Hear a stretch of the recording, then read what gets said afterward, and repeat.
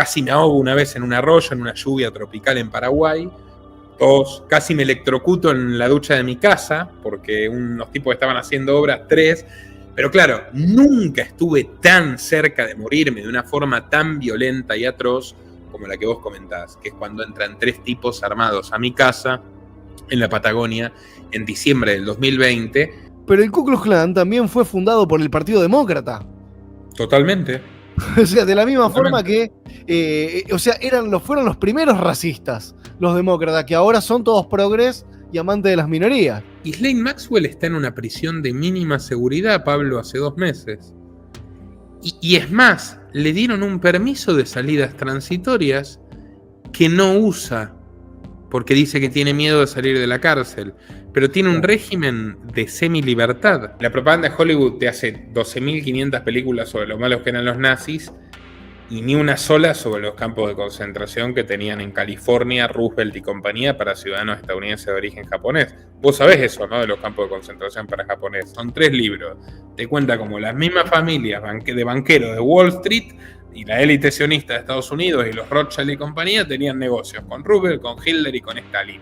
Casi como si hubieran planeado meticulosamente una gran guerra mundial donde dividirse el mundo en pedazos y gane quien gane, ganar ellos. Amigos, acaba de llegar nuestro invitado de esta noche.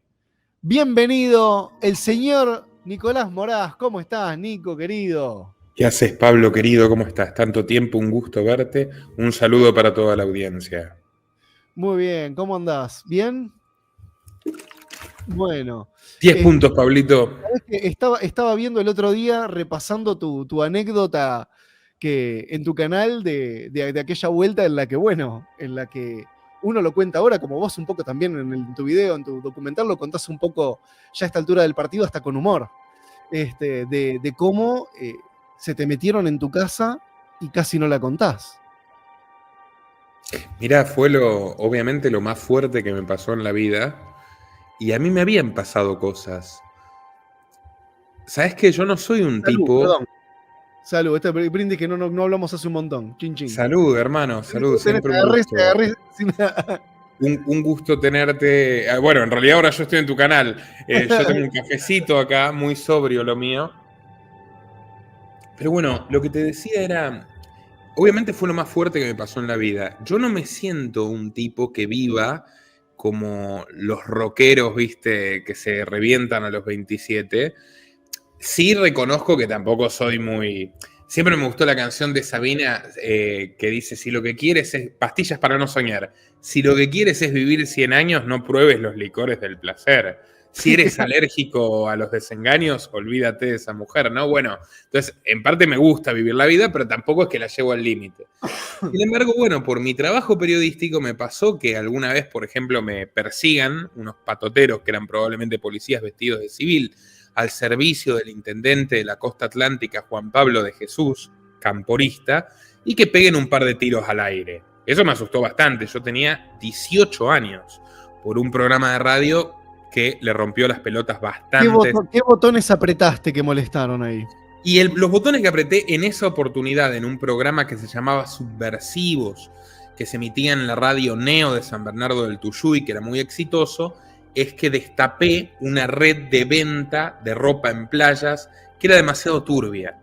O sea, toda la gente que vacacionaba en el Partido de la Costa compraba ropa de playa, viste, qué sé yo, un pareo, que esto, una bermuda, un sombrero, a los carritos ambulantes en las playas, a los muchachos que vendían ahí, trabajando, viste, 12 horas, que está bien, bueno, se estaban haciendo un mango. Ahora, ¿cuál es el punto? Que eso era un monopolio, que lo manejaba una sola persona. ¿Y quién era esa persona? Un tipo que no daba la cara, que se llamaba Carlos Cuba, que usaba testaferros, el testaferro se llamaba Farinelli, porque necesitaba un taxista que haya nacido ahí, porque la normativa municipal era que las concesiones solo se le iban a dar a personas de ese municipio del Partido de la Costa, y se le había dado el intendente de Jesús, heredero de otro de Jesús que había estado gobernando mucho tiempo ahí, peronistas ellos, viste, señores feudales, y un pibe que cuando lo eligieron intendente lo agarró, creo que Gendarmería, en una ruta, manejando a todo lo que daba con 3 kilos de cocaína en una camioneta. Entonces, esos eran los personajes. Era adicto, ahora, pará. Era adicto.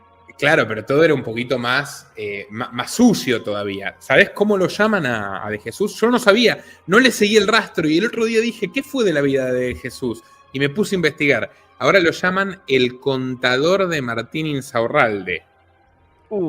Tomá para vos, ¿no? O sea, ¿te acordás el que se fue con el yate? Lo del yate, sí, mientras Lomas de Zamora está inundado, la gente vive en la mierda, salvo una burbuja que hay, que es muy linda esa burbuja, pero te alejas unas cuadras y... No, un sinvergüenza. No, pero gente pesada, claramente gente pesada. Dios los cría y ellos se juntan, diría mi abuela, ¿viste? Bueno, entonces no terminaba ahí, la cosa era... Cuba, ¿quién fabricaba la ropa? Cuba tenía fábricas en Castelar, provincia de Buenos Aires, con paraguayas y bolivianas señoras a las que les quitaba los documentos, o sea, en condiciones de esclavitud. Sí. Y vendían esto en las playas Nacan Pop de la costa atlántica de este sorete, Juan Pablo de Jesús. Claro, y además tenían un galpón armado en un terreno fiscal.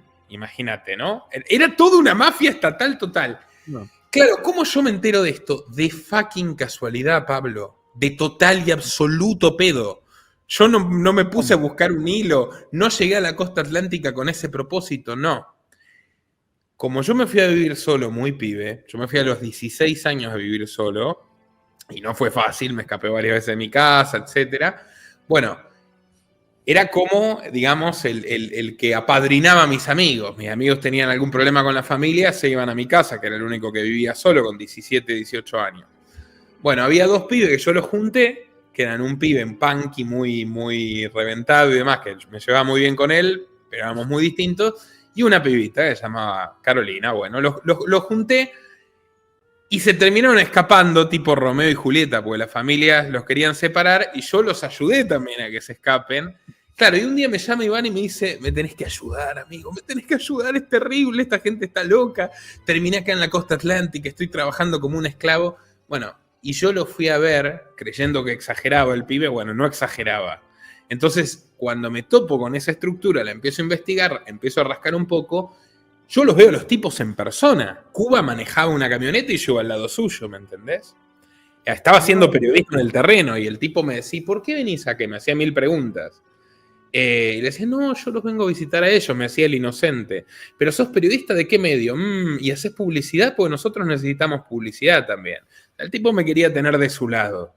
Ahora, había otro socio más, que es el que activaba cuando las cosas se ponían jodidas, por ejemplo, cuando les cagaban plata, y el tipo se llama Mariano Verón. Un día yo lo veo llegar con el pelo atado, con una colita así, con campera de cuero, enfierrado, a las 3 de la tarde, bajarse una camioneta Ford EcoSport con los vidrios polarizados, con 3 tipos más que serían como los custodios con pinta de sindicalistas malos, y con un tatuaje acá, ¿no? Y el tipo entra. Y hay un muchacho que se llamaba Subus, porque era morochito y cuadrado, le decían Subus, que le faltaba un ojo, muy bueno.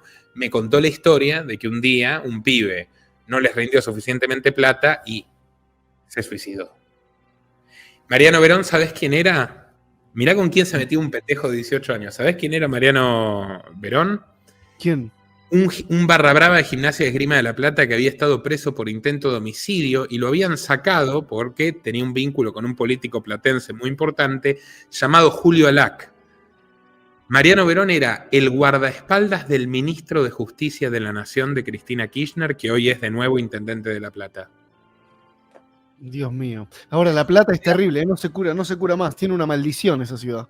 Con esos tipos me topé yo a los 18 años. Y tenía un programa de radio, hacía mucho quilombo, empecé a contar estas cosas y nos mandaron para apretarnos a 2 patoteros que pegaron un tiro al aire, corrí un montón. Y claro, yo había vivido eso a los 18. También me pasó casi ahogarme en un arroyo, pues yo era muy malo conduciendo, no volví a conducir, soy un cliente total de Uber y esas cosas. Pero casi me ahogo una vez en un arroyo, en una lluvia tropical en Paraguay. Casi me electrocuto en la ducha de mi casa, porque unos tipos estaban haciendo obras, 3. Pero claro, nunca estuve tan cerca de morirme de una forma tan violenta y atroz como la que vos comentás, que es cuando entran 3 tipos armados a mi casa en la Patagonia en diciembre del 2020 Y cuando llega la policía y les da la voz de alto, a mí me estaban asfixiando y yo ya había sufrido hipoxia, estaba viendo puntitos, estaba, digamos, luchando por sobrevivir, respirando entre los poros de la mano del matón que estaba encima mío, Marcelo Nahuelquín, que fue preso por ello, por cierto. Ah, los identificaste. ¿Querés que te cuente un poco de eso? No sé, pregúntame lo que quieras. Lo que quiero es un poco también enganchar para que la gente vaya a ver el documental completo, donde contás con lujo de detalles todo, que dura como, el otro día te decía, una cosa medio épica del Señor de los Anillos. Es como para verte una película, una historia amplia, donde aparte lo vas mechando con otras entrevistas y con incluso partes de televisión. Pero lo que quiero hablar más de la historia, pero también te quiero mostrar algo. Así que, perfecto, si podemos hacer un paréntesis por el momento, porque quiero que veas esto. Mira, que es reciente, esto salió hoy.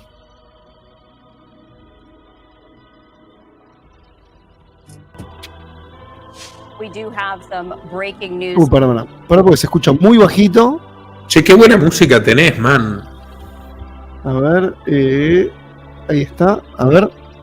Gracias. Sí, es la música de un videojuego que se llama Dark Souls. A ver si salen los subtítulos. We do have some breaking news to share with you at this hour. This is from the Associated Press, stating that a federal judge said the Justice Department can publicly release investigative materials from a sex trafficking case against Ghislaine Maxwell, the longtime confidant of Jeffrey Epstein. And I did want to share just a little bit more information as you're taking a look at some file footage of Ghislaine Maxwell and Jeffrey Epstein. The Justice Department stating that it can publicly release investigative materials from a sex trafficking case against Ghislaine Maxwell. That is according to a federal judge who decided on this morning, making that ruling after the Justice Department in November asked two judges in New York to unseal grand jury transcripts and exhibits from Maxwell and Epstein's cases, along with investigative materials that could amount to hundreds or thousands of previously unreleased documents. That ruling, in the wake of the passage last month of the Epstein Files Transparency Act, means these records could be made public within 10 days. The law requires the Justice Department to provide Epstein-related records to the public in a searchable format by December 19th. The judge is the second judge to allow the Justice Department to publicly disclose previously secret Epstein court records. Last week, the judge in Florida granted the department's request to release transcripts from an abandoned federal grand jury investigation into Epstein back in the 2000s. So we did want to share that very latest information, as a judge has now decided the Justice Department can publicly release investigative materials. Bueno, la noticia es básicamente que un juez ahora permite que el Departamento de Justicia pueda compartir el material del caso contra Ghislaine Maxwell, la pareja y mano derecha. Ahora, parece que tanto Trump como la chica rubia que lo asiste, la del Departamento de Justicia, justamente. Pam Bondi.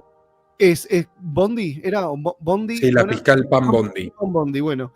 Están dispuestos a brindar toda la documentación que haga falta, de buena gana. Y es medio raro, ¿no? Porque Trump hasta hace poco tiempo estaba con eso de no me pregunten más por Jeffrey, estoy podrido de que me pregunten por Jeffrey. Y ahora está como, ¿querés lo de Jeffrey? Toma, acá está todo.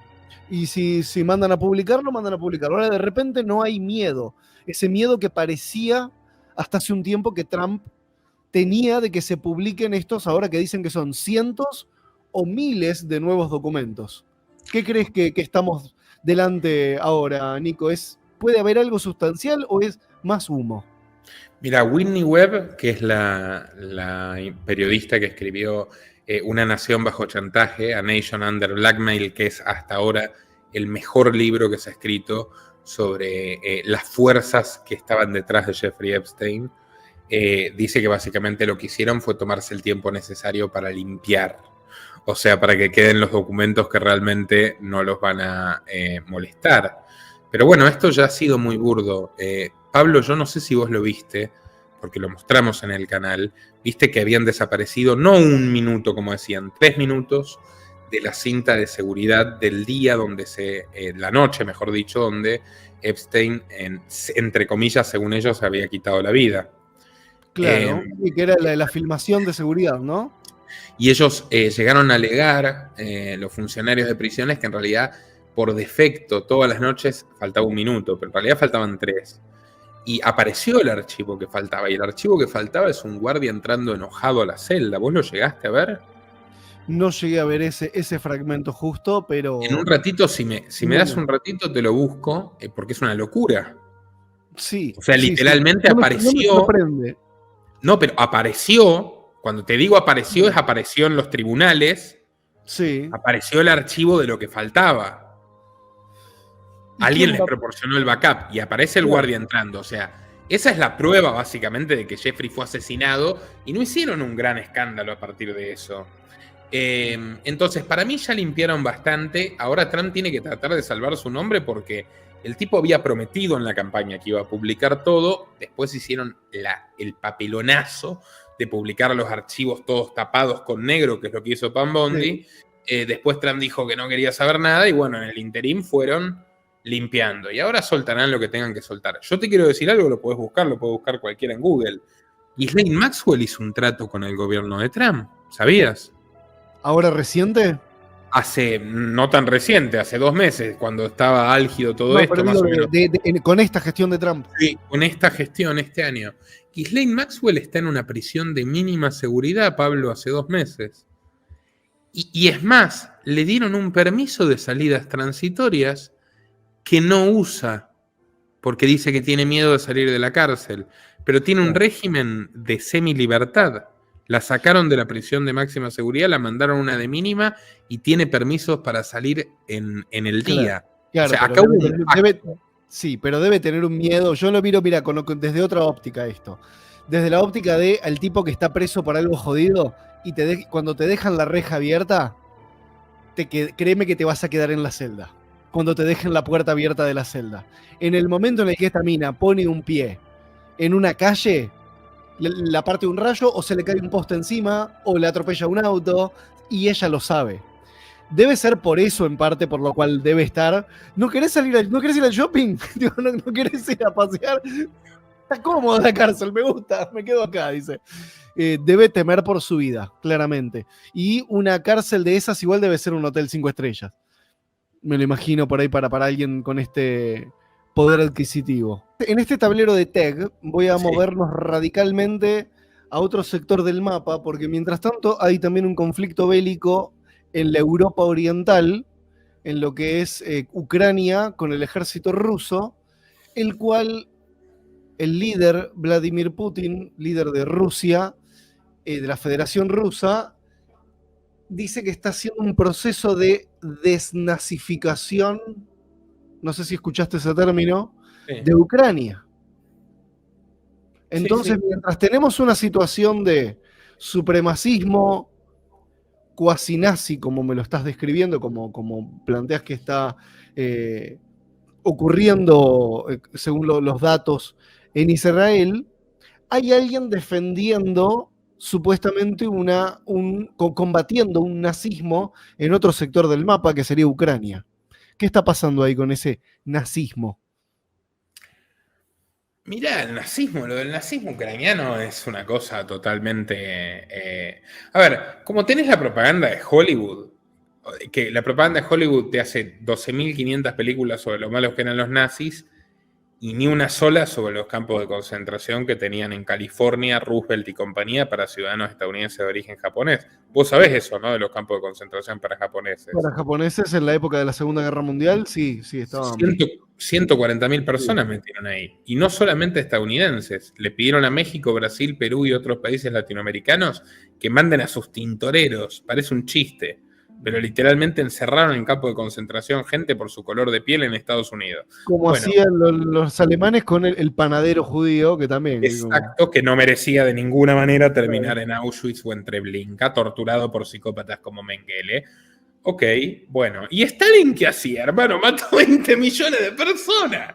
Entonces, toda la propaganda rusa de la Gran Guerra Patria, nosotros ganamos a los nazis, es tan hipócrita como la yanqui o más todavía, porque eran unos carniceros peores. Sí, no, los Hicieron rusos. todo el romanticismo de nosotros vencimos al fascismo. Sí, hermano, al final estaban todos financiados por los mismos tipos.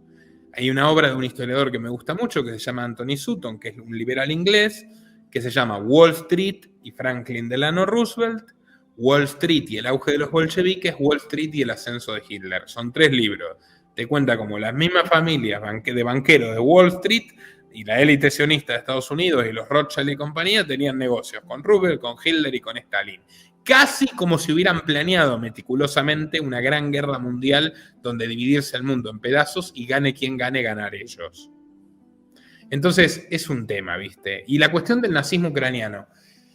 Hay un nacionalista ucraniano que trabajó con los soviéticos, también trabajó con los nazis, después se torció contra los nazis y murió siendo prisionero soviético, y a partir de ahí Putin inventó toda la historia de que todos los nacionalistas ucranianos son nazis, porque es más fácil justificar una invasión diciendo hay que desnazificar, ¿viste? Esto es como, ¿te acordás de los Simpsons? Cuando está, creo que Mr. Duff está peleando contra los comunistas nazis. McBain, sí, me atacan los comunistas nazis. Sí. McBain contra los comunistas nazis, ¿viste? Esa onda. Y ahora, a ver, después tiene sus propios nazis, Putin. Tiene 2 que te puedo citar claros.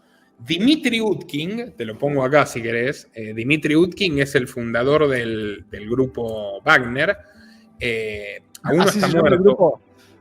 Sí, Dmitry Wagner son los el compositor de ópera favorito de Hitler, pero bueno. Sí, ahí si me ayudas con compartir pantalla, sí. Mira, te lo coloco ahí. Dmitry Utkin es el jefe militar del grupo Wagner, que el otro, el dueño de la empresa, pues son mercenarios, murió en circunstancias raras tras revelársele a Putin hace poco, hicimos un nombre al respecto. Ahí lo tenés con los tatuajes de la nazis. La Cruz de Hierro, ahí lo tenés condecorado por Putin. Literalmente es un supremacista blanco con tatuajes de la SS, Dmitry Utkin. Y después tenés a Dugin, Alexander Dugin, que es un teórico, que es como un Maquiavelo, una especie de Bannon de Putin, que se lleva muy bien con Bannon, se lleva muy bien con los peronistas argentinos. Dugin es muy amigo de Guillermo Moreno, que no sé si sabés que Dugin vino a la Argentina un par de veces, dio una conferencia en la CGT. Dugin es un tipo rarísimo, yo le hice un documental, es increíble su historia, porque Dugin originalmente era satanista y era seguidor de Aleister Crowley y era anticomunista. No, qué miedo, boludo. No, pero chabón, escuchá, vos no viste una foto de Dugin, vos tenés que mirar una foto de Dugin, hermano. ¿Es amigo de Guillote? A mí me cae bien Moreno. ¿Te cae bien Guillote? Y bueno, y como... Es simpático, me parece el chabón... Lo llevarías a un asado, me imagino, ¿no? Sí, es simpático, sé que es un tipo con el que te puedes sentar a charlar. Claro, entiendo el punto. Mira, Dugin es un personaje espectacular porque el tipo era anticomunista cuando estaba en la Unión Soviética, pero cuando cayó la Unión Soviética le agarró la nostalgia y se hizo comunista y fundó una cosa que se llama nacional-bolchevismo. O sea, una fusión entre nazis y bolcheviques. No es joda, él literalmente son los nazis comunistas. Yo lo puse el clip en el documental de Dugin. Y encima el tipo tiene formación satánica y lo ves ahora con su barba larga, siempre se viste de negro. O sea, tiene su propio... ¿No es el que habías mencionado que era el Rasputín de Putin? Exacto, es él. Sí, lo vi. Exactamente. Mira, ad Hitlerum también. O sea, ad Hitlerum, sí, es vegetariano, como Hitler. Le gustan los perros, como Hitler. Bueno, dale, para. Sí, Hitler fue malévolo, fue un ser siniestro. Yo leía a los revisionistas, Pablo. Yo leía a los historiadores que dicen no hubo tantos muertos, no sé si tanto. Leí los cuestionamientos incluso a todas las teorías oficiales. Mirá, es muy probable que se haya exagerado la cifra de las muertes. Está muy demonizado el revisionismo. Está muy demonizado el revisionismo. Sí, pero igual yo los estudié y los tipos también son imprecisos. O sea, Salvador Borrego, muchos historiadores son medio filonazis y también te ocultan cosas. Entonces, si estudias el tema y lees toda la fuente, llegas a la siguiente conclusión. Hitler era un asesino racista, sí. Terrible, totalmente terrible. Y Stalin también. Y Roosevelt también. Y Hitler tenía una obsesión, por ejemplo, por expropiar el oro de los alemanes. No quería que los alemanes tengan oro, decía que era un invento de la usura judía y toda la historia. El oro lo tenía que manejar el Estado. Bueno, ¿sabes quién más hizo eso? Incluso abrió las cajas de seguridad y requisaba las joyerías. Franklin Delano Roosevelt. O sea, Estados Unidos tenía su propio Hitler, que como vos dijiste, es un tipo que inventó Pearl Harbor, o permitió, en todo caso, casi que provocó Pearl Harbor para una justificación para entrar en la guerra. Los avisaron que iban a atacar.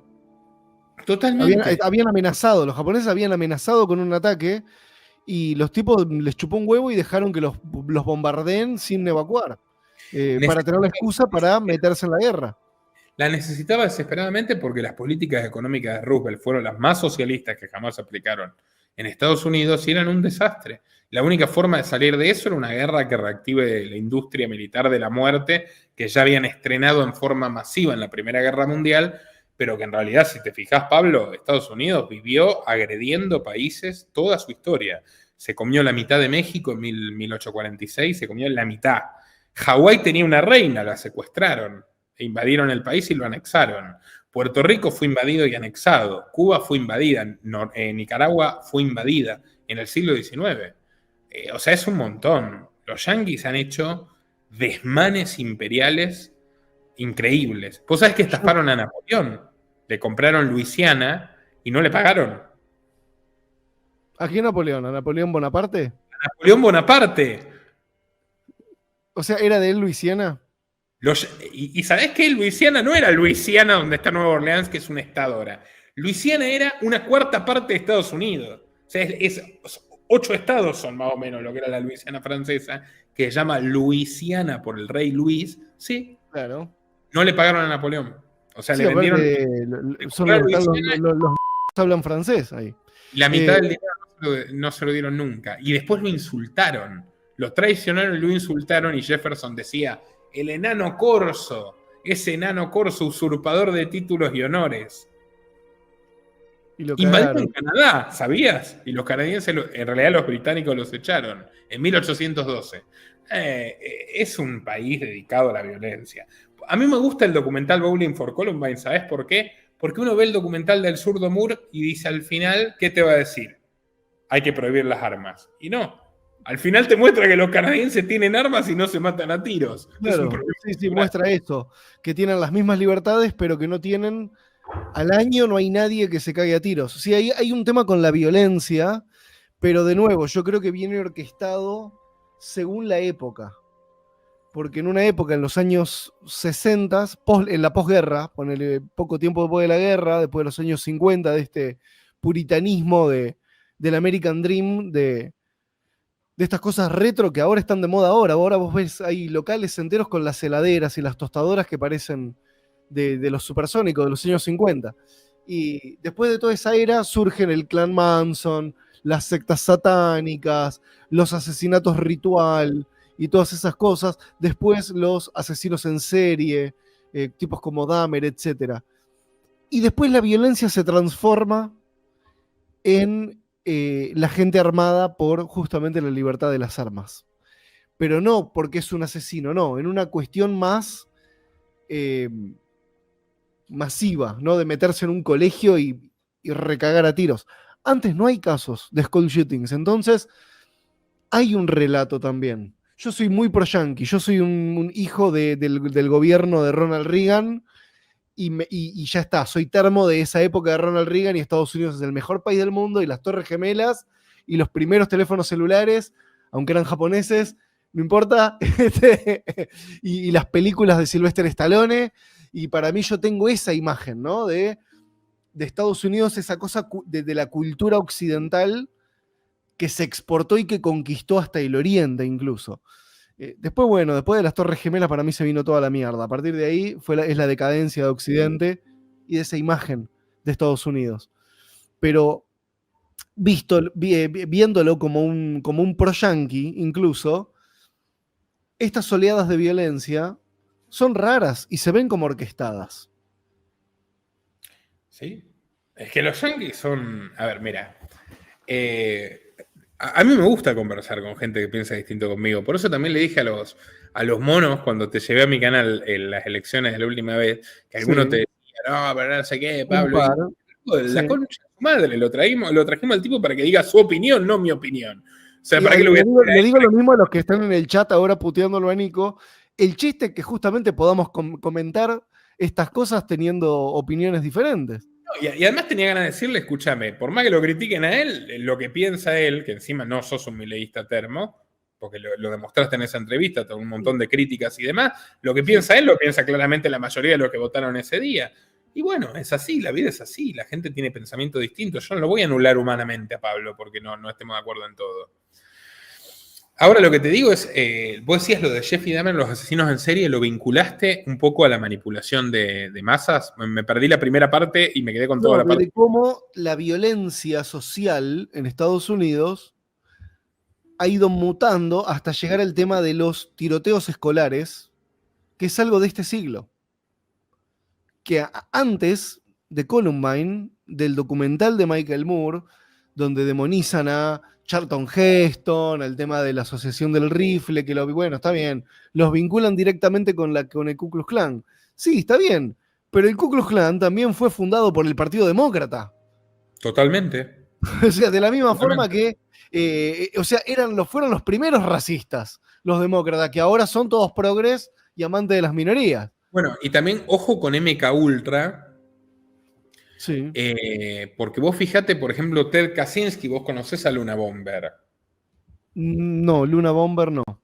Ted Kaczynski fue un asesino, un terrorista que tuvo en vilo a Yanquilandia en los 80s, que mandaba cartas bomba. Que mandó cartas bomba, por ejemplo, a tiendas de informática, que mató unas cuantas personas, y publicó un manifiesto que se llama La Sociedad Postindustrial, creo que se llama, y sus enemigos o algo por el estilo, y lo publicó en Washington Post y New York Times como condición para dejar de matar.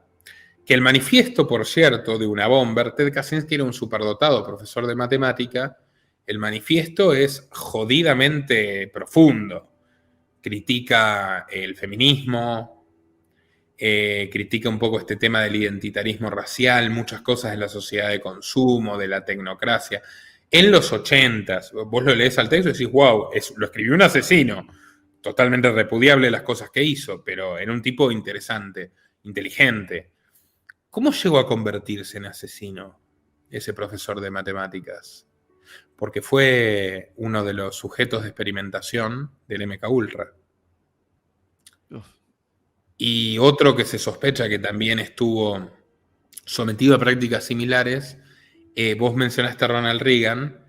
Vos sabés que John Hinckley Jr., el tipo que le disparó a Reagan, fue declarado insano, ¿verdad? No sabía ese detalle. Claro, lo metieron en un manicomio durante mucho tiempo.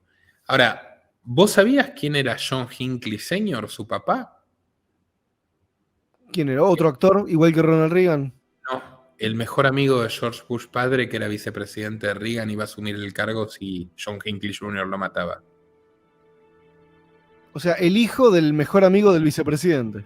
Literal. Y el vicepresidente que había sido director de la CIA. Y antes de ser director de la CIA, ¿dónde trabajaba? En la CIA, porque trabajaba como agente de la CIA, Bush padre. Sí. ¿Dónde trabajaba? En Dallas, a cargo de la oficina de Dallas. ¿En qué año? 1963. Cuando a quién le disparan. Tengo miedo de preguntar. Le disparan a John Fitzgerald Kennedy. O sea, literalmente el primer Bush. Bush padre era un jodido, era un heavy, era un pesado. Bush Jr. no, los hijos no. Jorge W. era como. Fue con lo que diríamos en Argentina, un perejil. Sí, un perejil que le costó caro a 900.000 personas que murieron en Irak y Afganistán, pero sí. Y en las Torres Gemelas y toda la política de esa época. Pero Bush padre no era ningún boludo. No era ningún boludo. Que ahora se murió Dick Cheney. No sé si viste la serie Vice. Una película con Christian Bale haciendo de él. ¿La viste? La vi en su momento, sí, cuando salió, no la recuerdo mucho, pero me acuerdo de que Christian Bale se engordó, se puso pelado, se hizo igual, que quedó igual el chabón. Ganó un Oscar, creo, ¿O estuvo nominado al Oscar? Tengo ganas de verla, porque ese tipo mandaba. Fue el secretario de defensa de George Bush padre y fue el vicepresidente de George Bush hijo y el que más plata ganó con el tema de la invasión a Irak porque había sido CEO y accionista de la empresa petrolera Halliburton. Hace más de 5 años abrí este canal porque creo que educar es combatir. Y ni en el mejor de mis sueños pude vislumbrar a dónde llegaríamos juntos.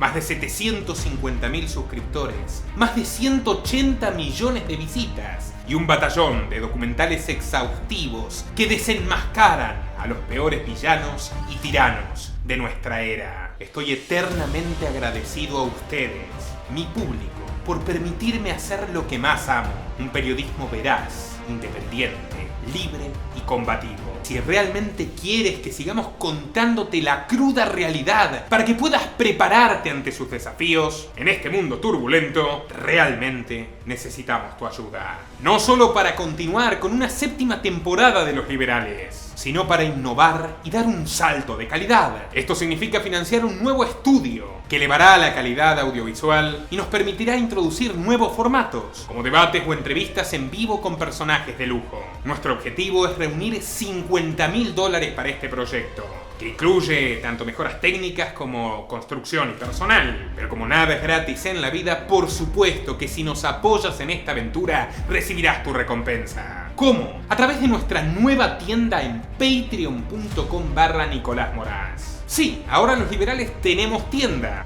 Ahora puedes hacer una compra única que impulsará la renovación de los liberales y para ello no es necesario que te unas como aportante mensual. Entras a patreon.com/Nicolás Moraz y compras lo que quieras. En nuestra tienda podrás obtener por $25 una carta de agradecimiento personalizada y firmada por mí. Por $50 la misma carta más un clip de agradecimiento a tu persona o a quien desees. Por $100 podrás tener una amplia videollamada conmigo sobre los temas que quieras. A partir de $250 podrás encargarle a este equipo periodístico de lujo un informe sobre el tema que tú quieras, por supuesto tratado desde nuestro enfoque. Y con $1.000 puedes conseguir un documental de 1 hora y media, de esos que hacen historia. Y cuidado, desde $1.500 podrás adquirir opciones para publicitar tu marca en este canal, uno de los principales medios independientes de YouTube en español y de los más seguidos por los hispanos en Estados Unidos, los españoles, los mexicanos, los argentinos y el resto de América Latina. Y atención, cualquier compra que hagas te dará un gran descuento si quieres unirte a nuestra familia de mecenas con los planes mensuales. Ahora, estimado amigo o amiga, depende de ti. ¿Seguiremos creciendo juntos? Ingresa a patreon.com/Nicolás Moraz